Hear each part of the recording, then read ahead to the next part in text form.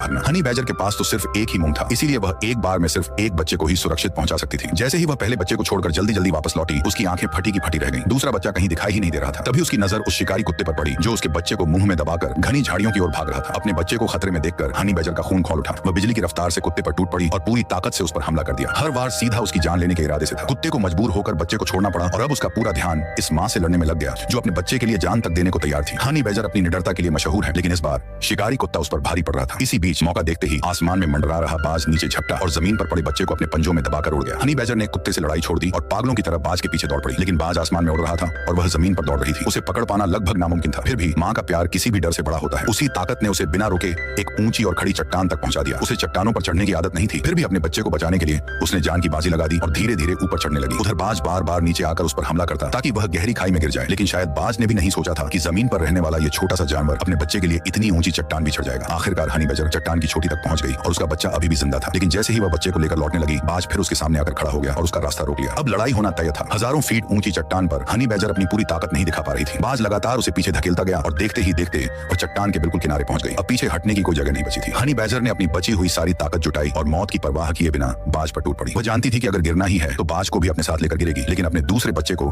किसी भी कीमत पर नहीं खोएगी। गिरते समय दोनों एक दूसरे से बुरी तरह उलझ गए। हनी बैजर ने बाज के पंखों को इतनी जोर से जकड़ लिया कि वह उड़ ही नहीं पाया। दोनों जोरदार धमाके के साथ नीचे गिरे। किस्मत से बाज नीचे था, इसलिए वही उसके लिए ढाल बन गया और अपनी बेहद मोटी चमड़ी और मजबूत शरीर की वजह से हनी बैजर इस भयानक गिरावट के बाद भी जिंदा बच गई। अफ्रीका के जंगलों में हर दिन जिंदगी और मौत की ऐसी जंग चलती रहती है। यहाँ जीने के लिए पूरी ताकत लगा देनी पड़ती है, लेकिन चाहे प्रकृति का नियम कितना भी क्रूर क्यों न हो, एक माँ का प्यार हमेशा मौत से भी बड़ा और सबसे ताकतवर होता है। ऐसी ही रोमांचक वीडियो के लिए चैनल को सब्सक्राइब करें और लाइक करना न भूलें।